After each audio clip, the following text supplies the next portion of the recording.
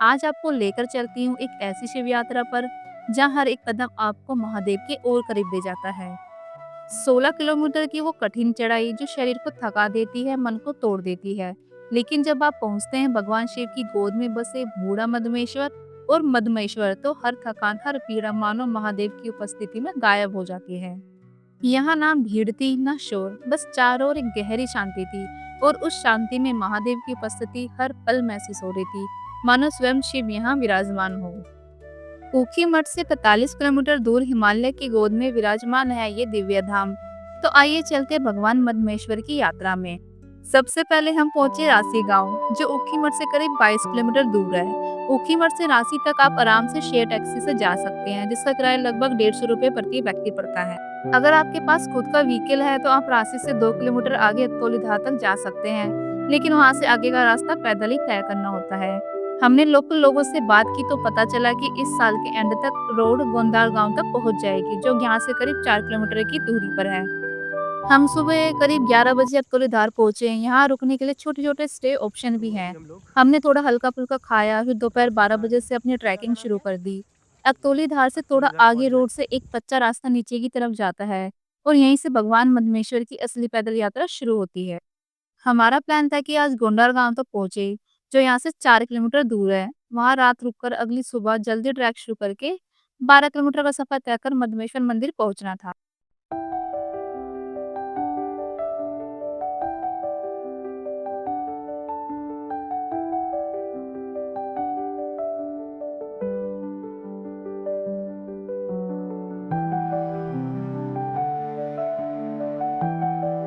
अब तोलीधार से गोंडार तक का रास्ता जंगलों से होकर नीचे की तरफ जाता है। रास्ते में एक नदी भी साथ चलती है, जो बहुत ही प्यारी लगती है।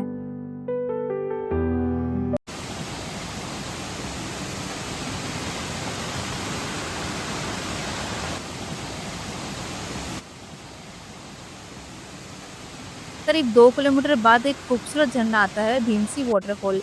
ये जगह बहुत ही प्यारी लगती है और सारी थकान दूर कर देती है। आप यहाँ थोड़ी देर रुककर आराम से नज़ारे ले सकते हैं।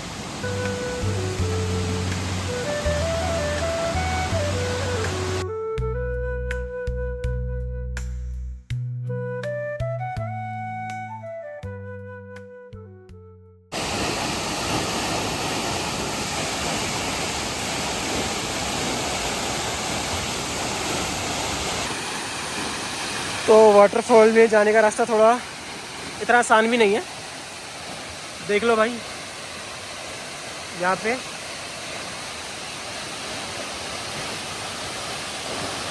उतरने की कोशिश कर रही हैं, अभी तक उतरी नहीं है। चप्पल इनकी जा चुकी है।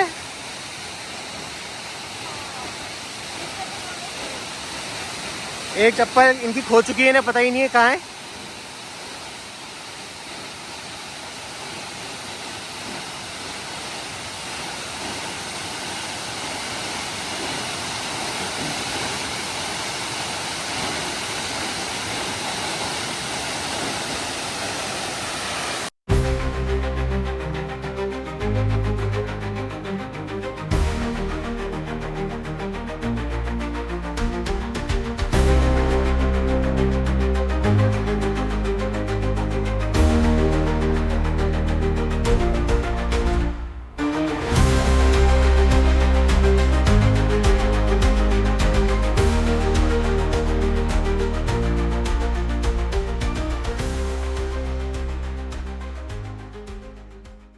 थोड़ा टाइम वहाँ बिताने के बाद हमने फिर से ट्रैकिंग शुरू की। रास्ते में कई जगह मोटिवेशनल मैसेज भी लिखे मिलते हैं, जो चलते वक्त हिम्मत देते हैं।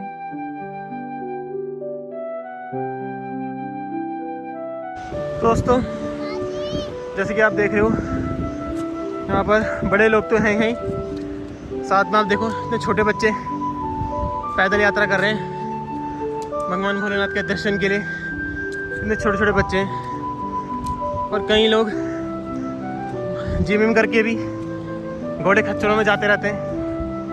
उन लोगों को इन बच्चों से सीखना चाहिए और इन लोगों से प्रेरणा लेनी चाहिए कि अगर मन में भगवान की सच्ची भक्ति है तो आप लोगों को पैदल ही आना चाहिए।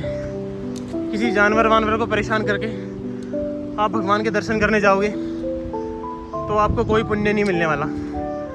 आप खुद में एक पाप और जोड़ रहे हो। तो जब भी आप ऐसी किसी यात्रा में जाएं तो कोशिश करें पैदल जाने की। हर हर महादेव। गोंडार से करीब 500 मीटर पहले एक छोटा सा माता रानी का मंदिर आता है। यहाँ से मधुगंगा नदी के बहुत सुंदर व्यू दिखते हैं।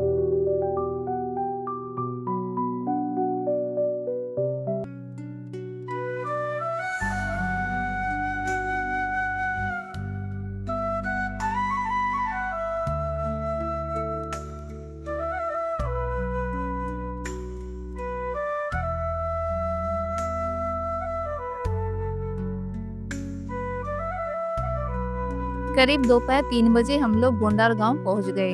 यहाँ रुकने के लिए आपको कई होम स्टे और छोटे होटल मिल जाते हैं। किराया आमतौर पर 1000 से 1500 के बीच रहता है, लेकिन अगर आप थोड़ी बातचीत कर ले तो 500 तक में भी अच्छा स्टे मिल सकता है। हमारा आज का स्टे था हिंगरी होम स्टे। ये गोंडार गांव से करीब 500 मीटर ऊपर की तरफ है। बहुत ही शांत और सुंदर जगह है, जहाँ से आसपास के नज़ारे काफी अच्छे दिखते हैं।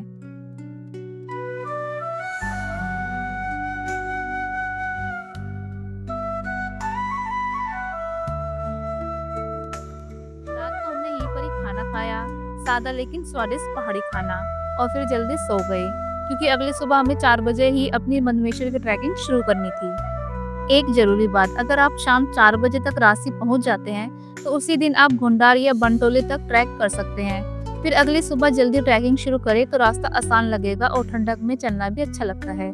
सुबह सुबह ट्रैकिंग करने का मजा ही कुछ और है।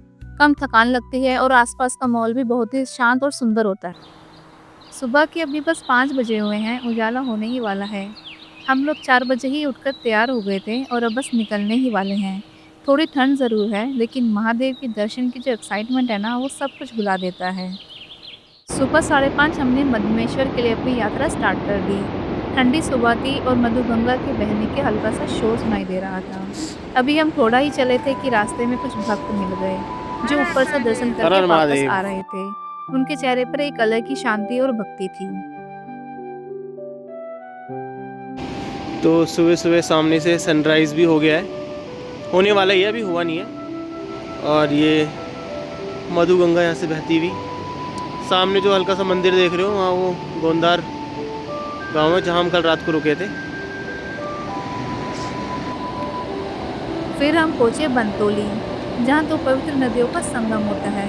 राइट साइड से आती है मधुगंगा जो नंदी कुंड से निकलती है, और लेफ्ट साइड से मिलती है मोरकंडा। ये संगम का दृश्य देखना एक अलग ही अनुभव था, शुद्ध और दिव्य। तो अभी हम पहुँच चुके हैं बनतोली।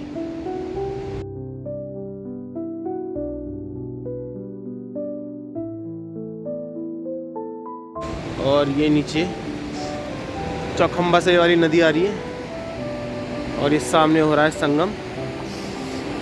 तो पहले क्या था, ये जो रास्ता देख रहे हो, पहले यहाँ से उधर जाया करते थे तो उधर ब्रिज था, ब्रिज क्रॉस करके उधर जाया करते थे, पर अब ब्रिज अभी बना नहीं है। तो अभी ये टेम्परेरी रास्ता निकाला है इन्होंने यहाँ से, गांव वालों ने। तो अभी इधर से जाते हैं।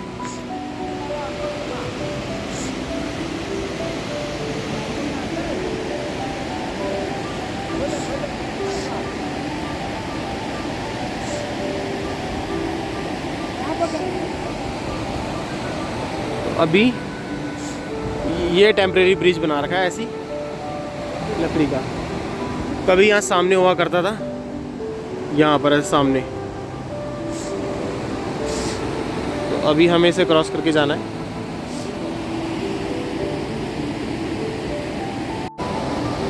तो देखो वहाँ वो नीचे पहुँच गई है। और ये जो ब्रिज देख रहे हो आप, जो टूटा पड़ा है, ये पहले ऊपर था तो बह के यहाँ पे नीचे आ गया है। तो भी ऐसा ब्रिज बना हुआ है।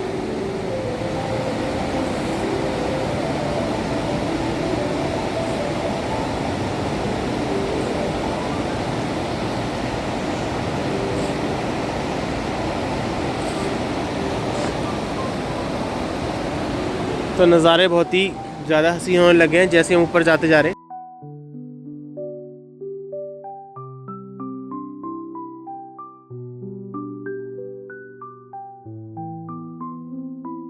और ये हमारा हमारे सफ़र में एक और साथी जुड़ गया हमारे साथ, इसका नाम है जिम्मी। ये है बनतोली, यहाँ पे स्टे का भी ऑप्शन है और आप यहाँ पे ब्रेकफास्ट वगैरह भी कर सकते हो।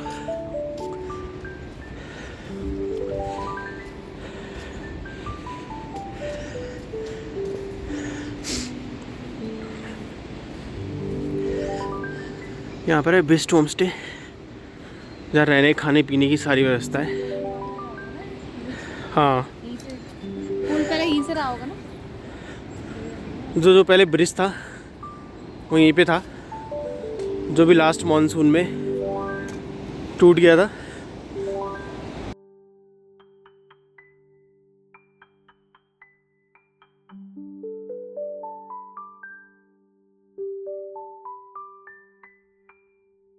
तो आप देख रहे हो यहाँ से पूरा ब्रिज वो सामने वहाँ पे लगा हुआ था, जो आगे वो टूटा हुआ है। तो नदी इतनी तेज़ आई, पूरा का पूरा ब्रिज तोड़ दिया उसने। आप सोच सकते हो मॉनसून में क्या क्या पॉसिबिलिटी है।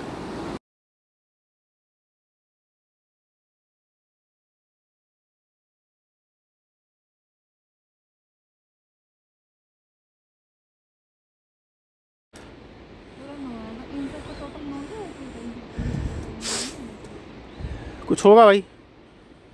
बनतोली से हमारी मंजिल अभी भी 9 किलोमीटर दूर थी और आगे का रास्ता पूरा चढ़ाई वाला था। इसी दौरान हमारे सफर में एक नया साथी भी जुड़ गया, जैकी, एक प्यारा सा कुत्ता जो हमारे साथ साथ चलने लगा जैसे वो भी किसी भक्ति यात्रा पर हो। सामने जो आप देख रहे हो वो है गोंदार विलेज। और तभी सूर्य देवता के पहले दर्शन होने लगे। उभरता हुआ सूरज पहाड़ों के बीच से झलक रहा था। ये नज़ारा देखकर लगा जैसे स्वयं सूर्यदेव हमें दर्शन दे रहे हो। इतना दिव्य, इतना अद्भुत। ऊंचे हिमालय की चोटियां भगवान सूर्य की रोशनी से चमक उठी थी और दिव्य लग रही थी।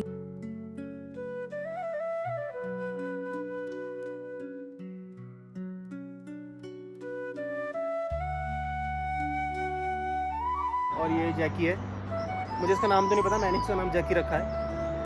और कल से ये हमारे साथ ही है, और सुबह जैसे हम निकले हैं यात्रा पे तो ये भी हमारे साथ ही साथ चल रहा है। और जहाँ मैं वेट कर रहा हूँ वहाँ ये रेस्ट कर रहा है।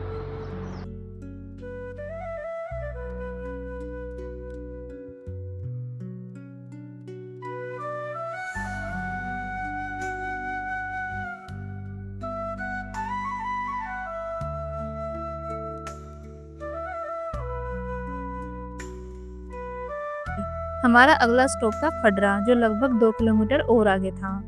यहाँ से मधमेश्वर अब सिर्फ 7.5 किलोमीटर दूर रह गया था और हमारा नेक्स्ट स्टॉप 250 मीटर के फासले पर था। लेकिन ऐसा होता है ना, जब कोई जगह पास आती है तो लगता है जैसे वो और भी दूर चली गई हो। हर मोड़ पे लगता बस अब आया, लेकिन खडरा आता ही नहीं था। वही हो रहा था हमारे साथ भी।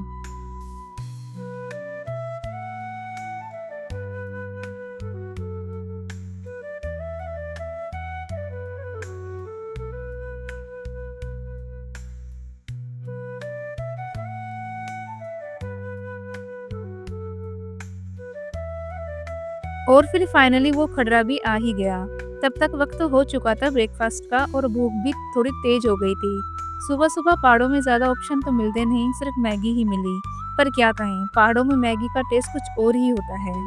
थकान के बाद ठंडी हवाओं के बीच गरम गरम मैगी, जैसे किसी ने एनर्जी वापस भर दी हो। वहीं थोड़ी देर रुककर हमने नाश्ता किया। यहाँ पर स्टे ऑप्शन भी अवेलेबल है।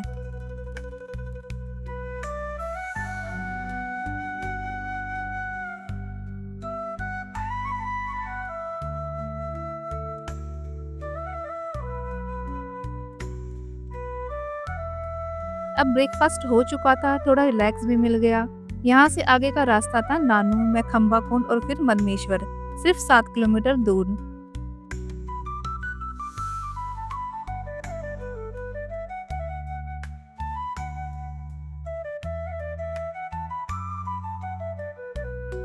अब हम निकल पड़े भगवान के दर्शन के और करीब।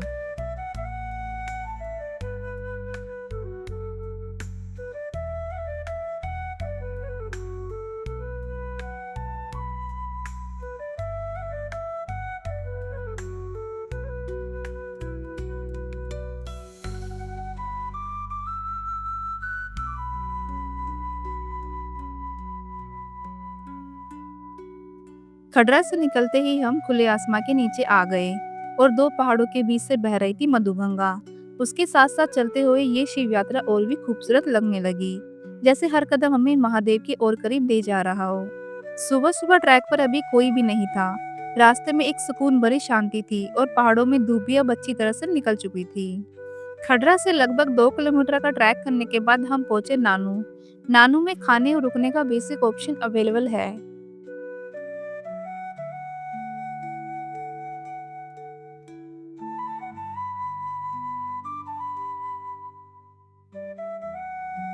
बंतोली से अब तक का पूरा ट्रैक चढ़ाई भरा था, कहीं भी सीधा या आसान रास्ता नहीं मिला। लेकिन जब मन में भोलेनाथ का नाम हो और उनके दर्शन की इच्छा हो, तो ऐसे रास्ते भी आसान लगने लगते हैं। तो महादेव का नाम लेते हुए हम अपने अगले पड़ाव की तरफ बढ़ते रहे। यहाँ से मधमेश्वर अब सिर्फ 6 किलोमीटर दूर था।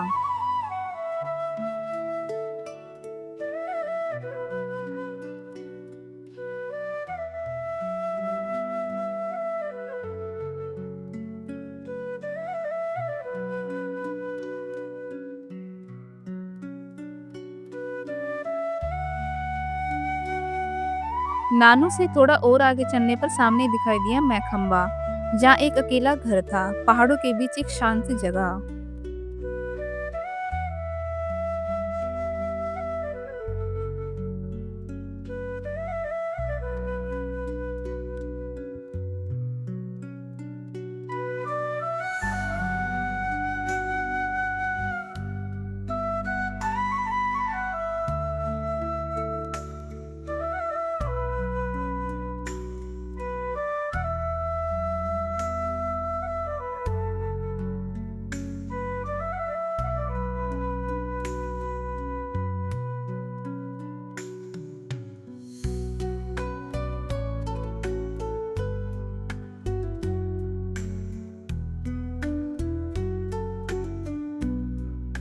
दिन के करीब 2 बज चुके थे और हम पहुंचे खूनचट्टी। यहाँ हमने लंच किया। अच्छी बात यही थी कि यहाँ मोबाइल नेटवर्क भी मिल गया, तो हमने घर पर कॉल करके फैमिली को अपना अपडेट दे दिया। ट्रैक के दौरान एक चीज़ याद रखनी चाहिए, खाना हमेशा हल्का और सिंपल होना चाहिए। ज़्यादा मसाले या हैवी फूड से बचना चाहिए। हमें भूख भी लगी थी और खाना भी रेडी था, तो लंच के बाद हमने थोड़ा रेस्ट किया।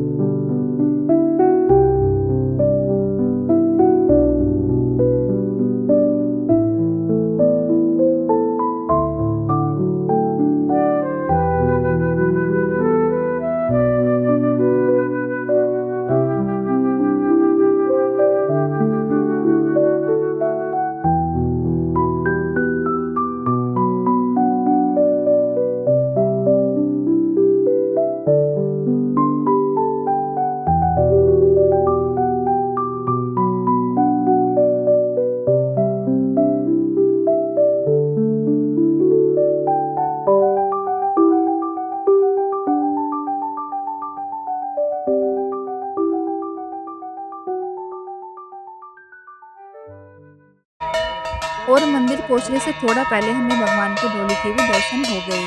आज ही भगवान के कपाट खुल रहे थे।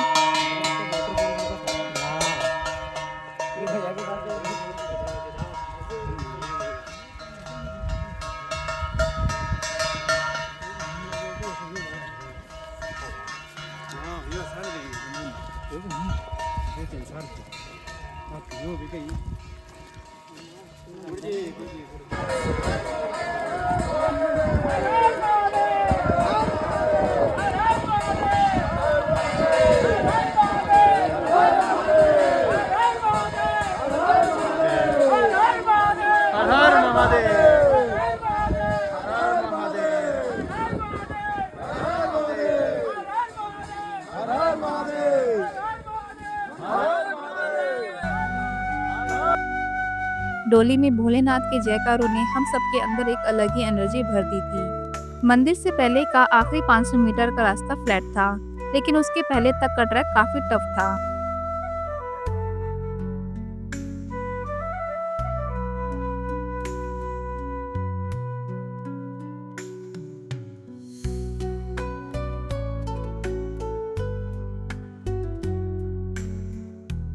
मंदिर के पास ही कुछ बेसिक स्टे ऑप्शन भी मिल जाते हैं और थोड़ा और आगे बढ़ने पर हमें दर्शन हुए भगवान मदमेश्वर के। यहाँ शिव जी के नाभि स्वरूप की पूजा होती है, इसलिए इस स्थान को मदमेश्वर के नाम से जाना जाता है।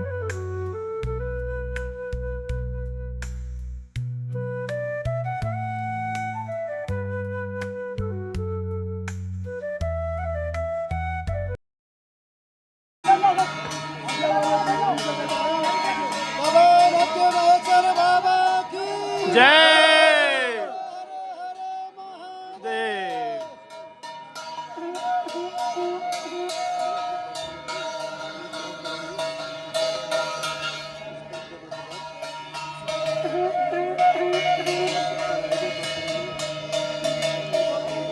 मदमहेश्वर पंच केदारों में दूसरा केदार कहलाता है।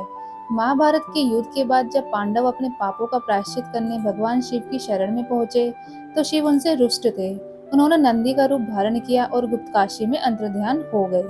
कहा जाता है कि भगवान शिव केदार घाटी में अन्य पशुओं के बीच छुप गए, लेकिन भीम ने उन्हें पहचान लिया, क्योंकि वो नंदी कोई साधारण पशु नहीं थे, वे थे स्वयं महादेव। तब भगवान शिव ने स्वयं को 5 रूपों में प्रकट किया। ऊबड़ के रूप में केदारनाथ, नाभि के रूप में मदमहेश्वर, भुजाएं तुंगनाथ में, मुख रुद्रनाथ में और जटाएं कल्पेश्वर में प्रकट हुई। मदमहेश्वर में भगवान शिव ने नाभि रूप में दर्शन देकर पांडवों को उनके पापों से मुक्ति प्रदान की। यह सिर्फ एक मंदिर नहीं, यह वह स्थान है जहां भक्ति की गूंज, प्रकृति की शांति है। अगर बात करें यहाँ की स्टे की, तो आपको मदमहेश्वर में 500 से 1500 तक के आराम से अच्छे रुकने के विकल्प मिल जाते हैं। मैंने डिस्क्रिप्शन में एक नंबर भी शेयर किया है। हमने चौखंबा होटल में स्टे किया। फैमिली के लिए बेस्ट जगह है, साफ सुथरे रूम्स और अटैच्ड वॉशरूम के साथ एकदम कंफर्टेबल स्टे। रात को हमने भगवान शिव की आरती में भाग लिया।